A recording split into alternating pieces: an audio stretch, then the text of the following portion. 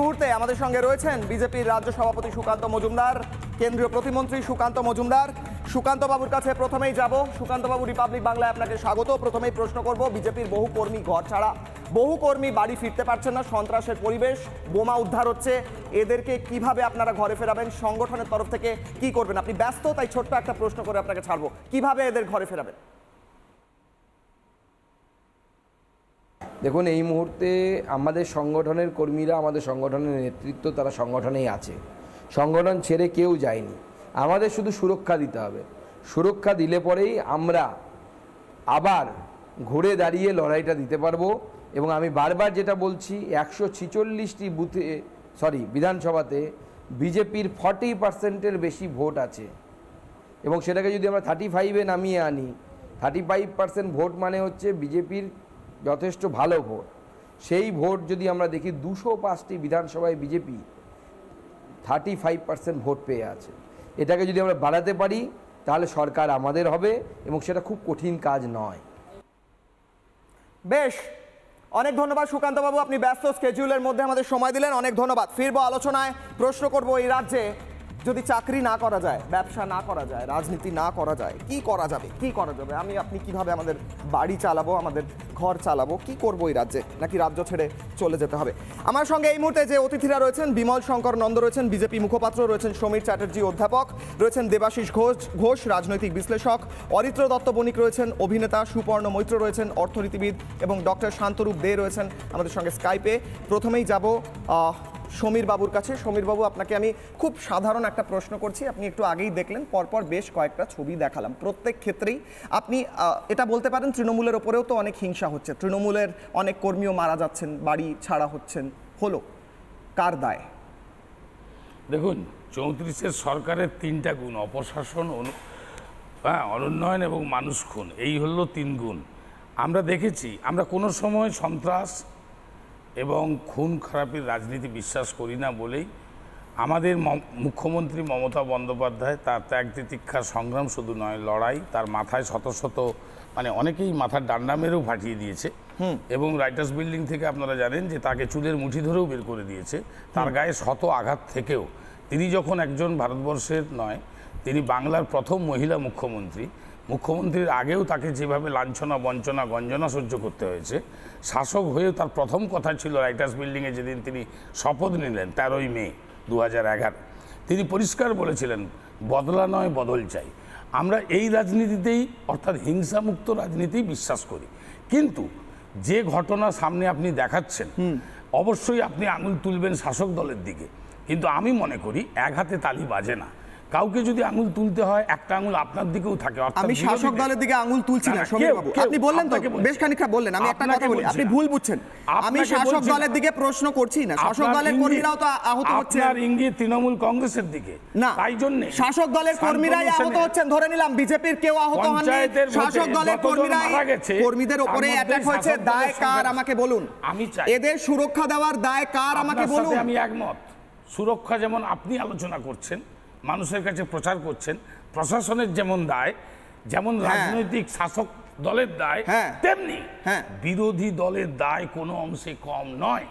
মানে স্বাভাবিকভাবে রাজনৈতিক সুরক্ষা দেওয়ার দায়িত্ব বিরোধী দলের। সবাই, ওকে, সবাইয়ের। শান্তি শব্দটা সবাইয়ের জন্য, সংগ্রাম, অশান্ত, সন্ত্রাস, যে রাজনৈতিক এবং অরাজনৈতিক হিংসা হচ্ছে প্রত্যেকটা জায়গায়, যেখানে গুলি চলছে, একজন ব্যবসায়ীর ওপর গুলি চলেছে, সেখানে বিজেপি গিয়ে সুরক্ষা দিতে পারতো, কিংবা বামেরা গিয়ে সুরক্ষা দিতে পারতো। 1 নম্বর, শালিমারে যেখানে 2 গোষ্ঠীর মধ্যে সংঘর্ষ হয়েছে, সেখানে কেন কংগ্রেস গিয়ে? আজকে শোয়ের টপিক খুব স্পষ্ট সমীর বাবু, একদিকে রাজনৈতিক হিংসা, আরেকদিকে রাজনীতি না করলেও হিংসা।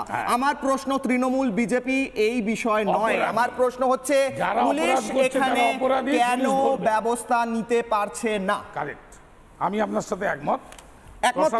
পুলিশ ব্যবস্থা নিতে পারছে না, আপনি এই বিষয়ে একমত। যখন দেখবেন কোথাও আগুন লাগে, তারপরে দমকল যায়, যখন একটা ইনসিডেন্ট ঘটে তারপরে প্রশাসন যায়, আগে থেকে আগুন লাগার আগে আগুন না লাগার সুরক্ষা ব্যবস্থাটা নেওয়ার প্রয়োজন নেই।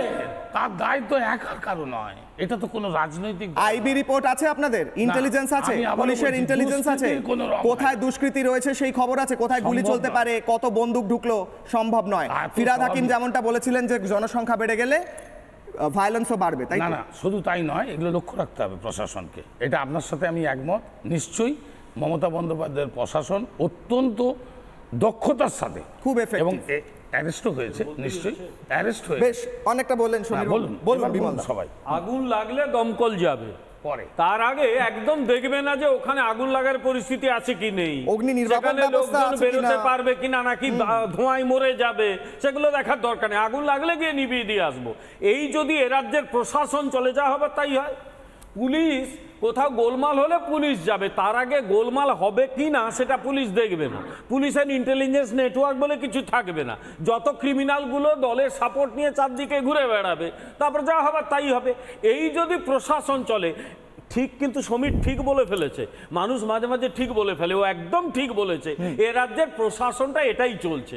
আসলে প্রশাসন বলে এ রাজ্যে কিচ্ছু চলছে না। প্রশাসন চালাতে গেলে মিনিমাম যে যোগ্যতা লাগে, এই লোকগুলোর সেই যোগ্যতা নেই। আমি বহুদিন ধরে বলে আসছি, এরা বলে আমরা নির্বাচনে জিতছি, নির্বাচনে জিতলেই যোগ্যতার কোনো প্রমাণ হয় না। এখানে যারা প্রশাসন চালাচ্ছে, they don't have any idea how to run public administration. পরিষ্কার আমি আবার বলছি, এদের কোনো চালানোর ক্ষমতাই নেই, ওরা জানেই না কিভাবে প্রশাসন চালাতে হয়। এখানে জমিদারি ব্যবস্থা চলে, এখানে আমি শেষ করি, প্রশাসন চলে না। আসলে ব্যাপারটা কি? ব্যাপারটা হলো ঘরের পাশে এই যে কেন হচ্ছে, এবার খুঁজে আমি শেষ করি। ঘরের পাশে উড়িষ্যা, 25 বছর পর একটা সরকার বদলালো। জনসংখ্যা কত? আমার বাড়ির পাশেই উড়িষ্যা, মেদিনীপুরে আমার বাড়ি, যেখানে 2 কিলোমিটার ধরে উড়িষ্যা। উড়িষ্যার সঙ্গে আমার ব্যক্তিগত একটা যোগাযোগও রয়েছে।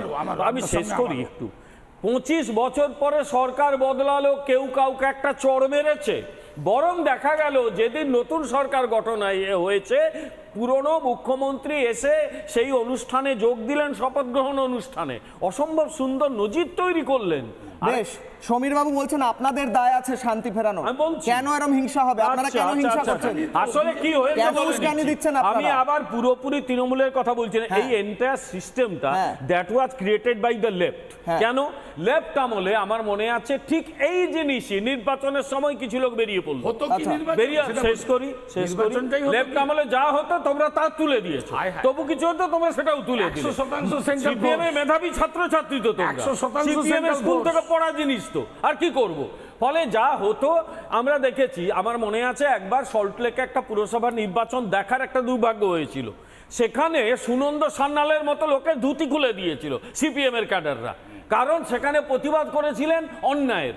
সেই সুনন্দ সান্যাল পরে আমার মনে আছে ব্যক্তিগতভাবে বলেছিলেন যে কি করব, যাদের হয়ে লড়াই করলাম তারা তো একই জিনিস হয়ে গেল, কাকে ছেড়ে কাকে আনলাম। আর একটা কথা বলি, আসলে এখন যেটা হয়, ওই বিভিন্ন জায়গায় শাসক দলের দাদার অধীনে কিছু ভাইরা রয়েছে, তারা বিভিন্ন সময় দাদার অনুগ্রহ পুষ্ট মোটরসাইকেল চালায়, লাল চুল কানে দুল, তাদের বিভিন্ন সব সোর্স অফ ইনকাম তৈরি করা হয়েছে, নির্বাচনের সময় কাজে লাগানো হয়। আচ্ছা বেশ, বিমল দা, এক মিনিট, একটা জিনিস দেখাই দর্শকদের।